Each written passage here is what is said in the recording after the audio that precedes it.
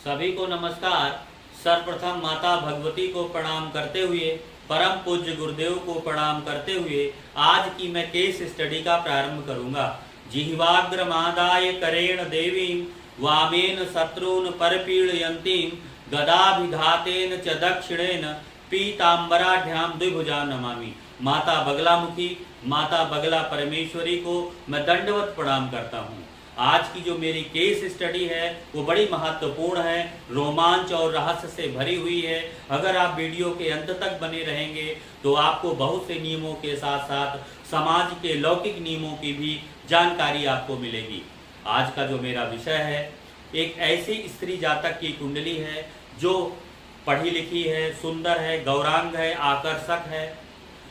आकर्षक होने के साथ बहुत सभ्य, शिष्ट, सज्जन और सरल स्वभाव की है।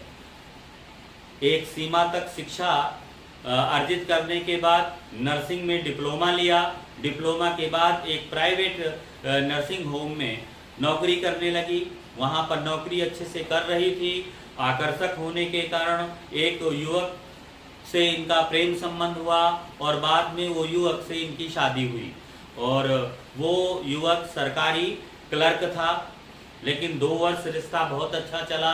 लेकिन 2 वर्ष के बाद क्या हुआ, कुछ ऐसी परिस्थितियां खड़ी हुई जिसकी वजह से इस लड़की ने, इस स्त्री जातक ने कोर्ट में मुकदमा दायर किया। बाद में समझौता हुआ, 20 लाख रुपए लड़की को मिले और पैसे और सामान मिला। उसके बाद लड़की ने इसको तलाक दे दिया। उसके बाद फिर लड़की नौकरी करने लगी, आराम से रहने लगी, बिल्कुल जैसे कुछ वो जानती नहीं थी। सब चीजें ठीक उसी तरह चलने लगी। लेकिन आगे की कहानी जाने से पूर्व थोड़ी कुंडली पर चलते हैं। देखिए, पुरुष स्त्री की कुंडली में जो स्त्री जातक होता है, स्त्री जीव तत्व होता है, वो शुक्र होता है। जिस स्त्री की कुंडली में शुक्र उच्च का बैठा होता है वो स्त्री उच्च पढ़ी लिखी होती है, सुंदर होती है, गौरांग होती है, अच्छे परिवार से होती है, स्त्री में उच्चता होती है। शुक्र का संबंध यदि केतु से हो जाता है तो स्त्री बहुत धार्मिक हो जाती है, ईश्वर को मानने वाली होती है, साक्षात लक्ष्मी स्वरूपा होती है। शुक्र, केतु और शुक्र जब मीन राशि में बैठा हुआ है तो मीन राशि जो होता है वो भी जल होता है। तो शुक्र पुष्प का कारक होता है और केतु क्या होता है, कमल की डंडी होती है। और चंद्रमा क्या होता है, जल होता है। मीन राशि भी जल होता है तो पद्म योग बन जाता है। पद्म योग में जन्म लेने वाली महिला बहुत भाग्यवान होती है, धार्मिक स्वभाव की होती है, साक्षात लक्ष्मी स्वरूपा होती है। जिस घर में जाती है धन धान्य से वो घर भर जाता है। तो शुक्र, केतु और चंद्रमा का योग। लेकिन ऐसी महिलाओं के जीवन में एक कमी आती है, वो किसी न किसी चीज का अभाव होता है। हो सकता है स्वास्थ्य का अभाव हो, पति का अभाव हो, संतान का अभाव हो, कोई न कोई अभाव होता है। ऐसे स्त्रियों के जीवन में, ऐसे स्त्रियों को हार्मोनल समस्याएं बहुत होती हैं, स्त्री जन्य बीमारियां बहुत होती हैं, विशेषतर गर्भाशय के रोग बहुत होते हैं, गर्भाशय में शिष्ट होना इत्यादि की समस्याएं होती हैं। ऐसी स्त्रियां गायत्री की उपासना करने वाली, धर्म अध्यात्म के अनुसार चलने वाली होती हैं और योग प्राणायाम और ध्यान के द्वारा अपने जीवन में ऊर्जा का संचय करती हैं। तो शुक्र चंद्र केतु का योग, शुक्र मीन राशि में केतु के साथ योग एक महापद्म योग होता है। ये स्त्री ये महापद्म योग में माता लक्ष्मी, महालक्ष्मी के योग में बैठी हुई है। इसलिए इस योग के कारण ये स्त्री को धन संबंधी किसी भी प्रकार की कोई समस्या नहीं थी। प्रश्न केवल ये नहीं है मित्रों, प्रश्न अभी ये है कि जीवन इसका कैसे बढ़ता है। स्त्री की कुंडली में स्त्री का जो जीवन होता है, जो पति होता है, स्त्री का विचार शुक्र से करते हैं और स्त्री के पति का विचार मंगल से करते हैं। मंगल ही स्त्री का पति होता है, मंगल ही स्त्री के जीवन में मांगल्य प्रदान करने वाला होता है। मंगल ही उसके सौभाग्य का, उसके सिंदूर का, सुहाग का स्वामी होता है। मंगल ही उसके शरीर का प्रजनन सामर्थ्य होता है। तो मंगल जिस स्त्री की कुंडली में कमजोर होता है, बलहीन होता है, पीड़ित होता है, बार बार 6, 8, 12 भाव में बैठा होता है, शनि राहु केतु जैसे ग्रहों से दृष्ट होता है, ऐसी परिस्थिति में क्या होता है कि जो स्त्री होती है, स्त्री को पति का सुख विलंब से मिलता है तो आधा अधूरा मिलता है। हो सकता है सामंजस्य में कमी हो सकता है तालमेल ठीक न बैठे, हो सकता है दोनों की जॉब के कारण दोनों दूर रहते हों, दोनों का जो विचार सामंजस्य है, दोनों की जो आदतें हैं, जो स्वभाव है, उसमें काफी अंतर आएगा। शुक्र एक आपको महत्वपूर्ण योग ये बताते हैं, जिस स्त्री की कुंडली में मंगल के साथ राहु बैठा होता है, मतलब और चंद्रमा बैठ जाए, चंद्र मंगल राहु का योग हो जाए, इसका मतलब होता है स्त्री के जीवन में बहुत सी विपत्तियां आएंगी। स्त्री खुद भी धोखेबाज होती है और दूसरों को भी धोखा देने की प्रवृत्ति उसमें होती है, क्योंकि मंगल के साथ राहु और चंद्र राहु का योग, चंद्रमा मन होता है, राहु झूठ होता है, और मंगल जो होता है, मंगल के साथ राहु का जो योग होता है, तो कहीं ना कहीं धूर्तता का कारक होता है।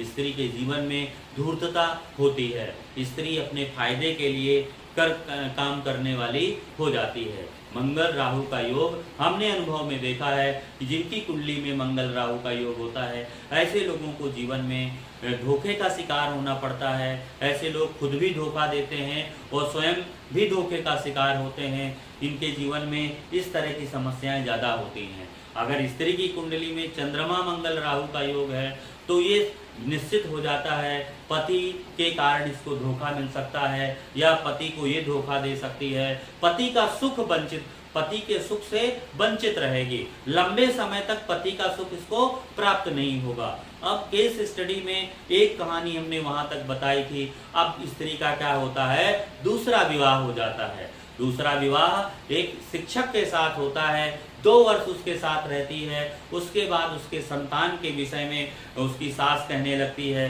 कुछ समय बाद ये लड़की पुनः लड़ने लगती है और नाना प्रकार के आरोप प्रत्यारोप लगाती है और कोर्ट में मुकदमा दायर हो जाता है। बाद में 40 लाख रुपए लेकर ये स्त्री इसको भी तलाक दे देती है। फिर उसके बाद फिर आराम से बिना कुछ जाने, बिना कुछ समझे फिर ये काम करने वाली होती है। अब देखेंगे स्त्री की कुंडली में एक से अधिक विवाह कैसे हुए। आइए इस चार्ट पर आपको दिखाते हैं। इस चार्ट पे देखिए 3 और 8 भाव का स्वामी जिस स्त्री की कुंडली में, जिस पुरुष की कुंडली में या स्त्री की कुंडली में अष्टमेश तीसरे भाव का स्वामी हो या एकादश भाव का स्वामी हो तो ज्यादा खतरनाक हो जाता है, उसमें नुकसान देने की प्रवृत्ति ज्यादा होती है। एकादश भाव क्या होता है, इच्छा पूर्ति का होता है। तो अष्टमेश और मंगल में, अष्टमेश और सप्तमेश, सप्तमेश मंगल है और अष्टमेश गुरु है, दोनों में स्थान परिवर्तन है, एक्सचेंज है। अर्थात गुरु जो मंगल के घर में बैठा है, मंगल गुरु के घर में बैठा है। जब कभी भी 7वें और 8वें भाव में परिवर्तन होता है तो एक बड़ा संकट, एक बड़ा धोखा जीवन में अवश्य होता है। 7वां भाव विवाह का होता है, 8वां भाव मृत्यु का होता है। ऐसे लोगों के जीवन में विवाह की मृत्यु की संभावना हो जाती है, एक से अधिक विवाह के योग बन जाते हैं। शुक्र, अब यहाँ पर देखेंगे जो गुरु है, गुरु को केतु भी देखता है, गुरु और मंगल परिवर्तन से यहाँ पर आ जाता है, मंगल परिवर्तन से 7वें भाव पर आ जाता है।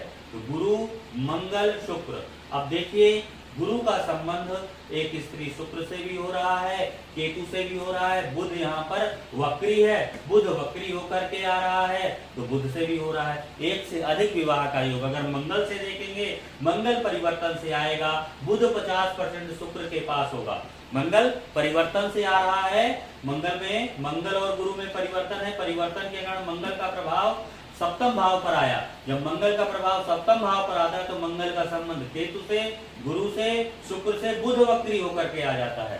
तो ये समझ में आ रहा है कि एक से अधिक स्त्री ग्रहों का संबंध मंगल से बन रहा है, गुरु से बन रहा है। ये तय है इसके एक से अधिक विवाह के संभावनाएं जीवन में रहेंगी। एक से अधिक विवाह इसके हो सकते हैं। देखिए अब क्या करेंगे, अब क्या होता है कि तीसरी स्थिति को देखेंगे। तिवारा स्त्री का विवाह एक अच्छे व्यापारी के साथ हो जाता है और व्यापारी क्या करता है, अच्छे से रहने लगते हैं। 2-3 साल में क्या होता है, फिर वो बच्चे के लिए कहते हैं, फिर वो कोई ना कोई बहाना बना के लड़ने लगती है। अंत में फिर वही कंडीशन दोहराई जाती है विवाह से, फिर उसको 1 करोड़ रुपए के द्वारा लेकर के वो तलाक दे देती है। फिर वो आराम से रहने लगती है और उसको लगता है कि उसने कुछ किया ही नहीं है, सब कुछ ठीक ठाक चल रहा है। अब चौथे पर्दे में आ जाती है, चौथा विवाह करती है। चौथा विवाह करने के बाद चौथा विवाह एक ऐसे व्यक्ति के साथ होता है जो विधुर होता है,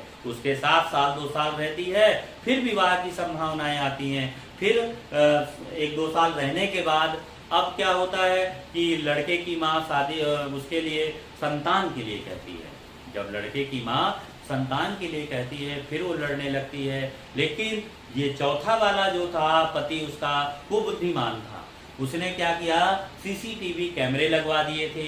सीसीटीवी कैमरे के फुटेज और उसके फोन की आवाज की रिकॉर्डिंग के अनुसार उसको वो इस पर नजर रख रहा था और किसी बहाने से उसने डॉक्टर को एक बार दिखवाया था। ये पता चल गया था कि ये कभी मां नहीं बन सकती है।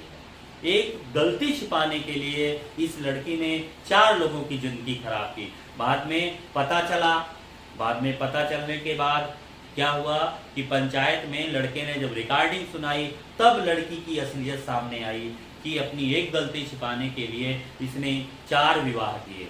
बाद में चारों का सुख इसको नहीं मिला। 25 लाख रुपए इससे भी लेने के बाद विवाह छूट गया। लेकिन प्रश्न ये उठता है कि ऐसा क्यों हुआ, इसको विवाह से बार बार लाभ क्यों मिला?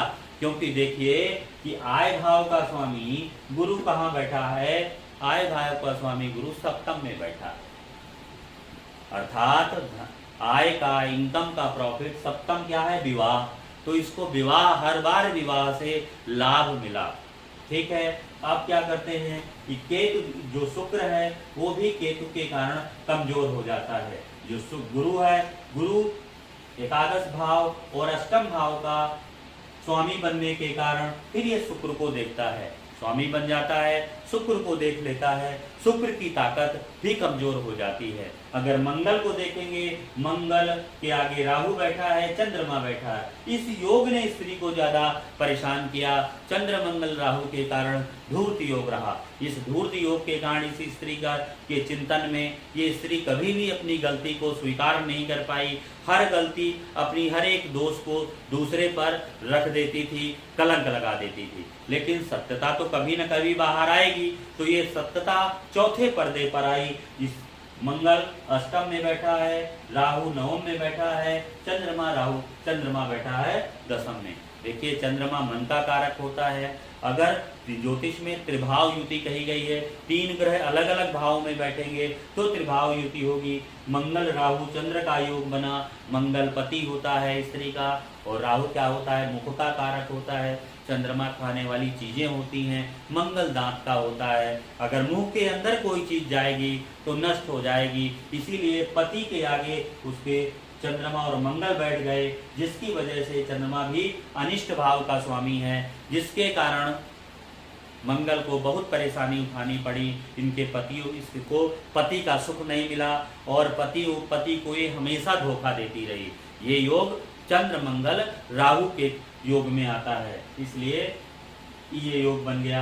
अब ध्यान से देखेंगे कि जो है, अगर किसी स्त्री की कुंडली में या पुरुष की कुंडली में 2 स्त्री ग्रह,